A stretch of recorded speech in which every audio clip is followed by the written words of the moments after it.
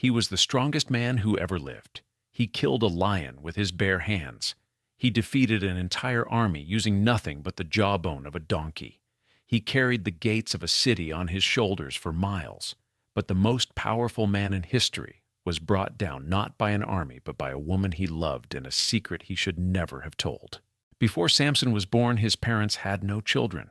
His mother had tried for years. Then one day an angel appeared to her with a message that changed everything. She would become pregnant and give birth to a son. But this child would be different from every other child ever born. God had chosen him before he even took his first breath. The angel gave very specific instructions. The child must never drink wine or strong drink. He must never eat anything unclean. And most importantly, a razor must never touch his head. These were the rules of the Nazirite vow, a vow of complete separation and dedication to God. Samson's hair was not just hair. It was the outward sign of his covenant with God. Manoah, Samson's father, was troubled. He prayed and asked God to send the angel back so they could hear the instructions again. God answered the prayer. The angel returned. When Manoah prepared a burnt offering, something extraordinary happened. The angel of the Lord stepped into the flame and ascended to heaven inside the fire. Manoah fell on his face. He knew they had seen God. Samson was born, and as he grew, something unmistakable was present in his life. The Spirit of the Lord began to stir in him. He was not just physically strong, he was supernaturally empowered. The strength that lived inside Samson was not his own. It belonged to God. It was given for a purpose, to begin the deliverance of Israel from the Philistines, who had oppressed them for 40 years. But Samson had a weakness that would follow him his entire life. Women, specifically Philistine women, the very enemies of Israel. His first act as a young man was to walk into a Philistine town called Timnah and come home telling his parents he had found a woman he wanted to marry. His parents were horrified. Why not an Israelite woman? But Samson was already decided. On the way to Timnah to arrange the marriage, something happened that showed the world exactly what God had placed inside Samson. A young lion charged at him in a vineyard. No weapon, no warning, no help.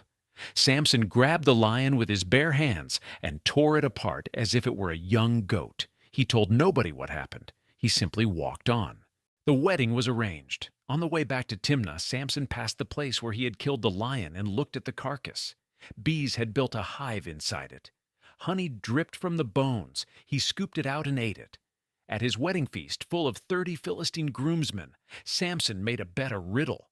If they solved it in 7 days, they would win 30 sets of clothing. The riddle was, out of the eater came something to eat. Out of the strong came something sweet. Nobody could solve it. On the 4th day, the Philistine groomsmen went to Samson's new wife with a threat. Solve the riddle, or we will burn your family alive. Terrified, she went to Samson, crying and pleading every day of the feast until he finally told her. She immediately told the Philistines.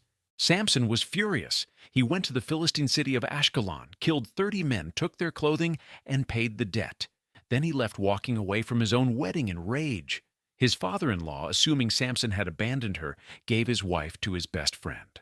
When Samson returned later wanting to see her, he discovered what had been done. The anger that had been simmering now became fire. Samson caught 300 foxes. He tied them in pairs, tail to tail, and fastened a burning torch between each pair. Then he released them into the Philistine grain fields, vineyards, and olive groves. 300 foxes with 300 torches running through the harvest. Everything burned. The Philistines lost their entire food supply. When they asked who did it, the answer came back: Samson, because his father-in-law gave away his wife. The Philistines retaliated by burning Samson's wife and her father alive. Samson responded with a massacre, attacking the Philistines with great slaughter. Then he went and hid in a cave. 3,000 men from his own tribe, Judah, came to him not to protect him, but to hand him over to the Philistines to avoid war. Samson agreed, but only on one condition: they could not kill him themselves. He was bound with 2 brand new ropes and handed over. The moment the Philistines came running toward him, The Spirit of the Lord came upon Samson with explosive power. The ropes snapped off his arms like thread. He looked down and found the fresh jawbone of a donkey on the ground. He picked it up and killed 1,000 Philistine soldiers with it. One man, one bone, 1,000 dead. After the battle, Samson was desperately thirsty. He cried out to God the first time we hear Samson pray, and God caused water to spring from the ground. Samson drank, and his strength returned. He judged Israel for 20 years, but the pattern of his life was already clear supernatural strength, genuine faith, and a consistent inability to control his desires. The greatest weapon against Samson was never a sword. It was his own heart. Then Samson went to Gaza, a major Philistine city deep in enemy territory, and spent the night with a prostitute. The Philistines found out. They surrounded the city and planned to kill him at dawn. But at midnight, Samson got up, went to the city gates, massive wooden doors with 2 iron posts driven deep into the ground, and pulled them out. He carried the entire gate structure on his shoulders for miles. No one could stop him. Before we get to Delilah, if this story is hitting differently than you expected, if you never knew Samson's full story before today, hit that like button right now. Share this video with someone who needs to hear it, and subscribe. Drop Samson in the comments right now. After Gaza, Samson fell in love again. Her name was Delilah. She lived in the valley of Sorek, close to Philistine territory. The 5 lords of the Philistines came to her privately with an offer. Each of them would pay her 1,100 pieces of silver, a total of 5,500 pieces, if she could find the secret of Samson's strength. Delilah agreed. The trap was set. Delilah went to work immediately. She asked Samson directly, "Tell me the secret of your great strength. How could someone tie you up and subdue you?" It was not a subtle question, but Samson, overconfident and blinded by love, played along. He told her his first lie: "Bind me with 7 fresh bowstrings that have never been dried, and I will become weak like any ordinary man." Delilah bound him with 7 fresh bowstrings, while the Philistines waited hidden in the room. She called out, "Samson, the Philistines are upon you!" He snapped the bowstrings like threads touching fire. The secret had not been told. But Delilah was not finished. She accused him of lying and mocking her. She tried again. New ropes this time. Same result. He snapped them as if they were nothing. A third time, Delilah asked. Samson told another lie: "Weave my hair into a loom and tighten it with a pin." She did it while he slept. She called out again. He woke and walked away, pulling the loom with him. 3 times he had been asked. 3 times Philistines had been hidden in the room waiting to capture him. 3 times he had escaped. And still he stayed. Still he loved her. Still he returned. Then Delilah changed her approach. She stopped asking with curiosity. She started asking with tears. Every single day she pressed him, nagging, weeping, accusing him of not truly loving her. The Bible says she pressed him so hard with her words every day that his soul was vexed to death. Samson was not broken by the Philistine army. He was broken by the daily weight of a woman's persistent emotional pressure. And then he told her everything. He said, "A razor has never come upon my head, because I have been a Nazirite to God from my mother's womb. If my head is shaved, my strength will leave me, and I will become as weak as any other man." Delilah knew immediately that this time he had told her the truth. She sent word to the Philistine lords, "Come back one more time. He has told me everything." That night, Samson fell asleep with his head in Delilah's lap. A man came and shaved off the 7 locks of his hair while he slept. Delilah called out again, "Samson, the Philistines are upon you."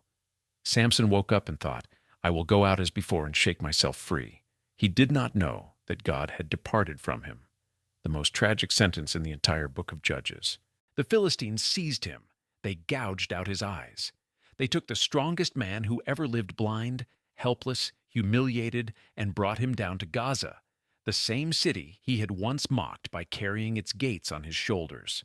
They bound him with bronze chains and put him to work grinding grain in the prison, the work of a slave, the work of an animal.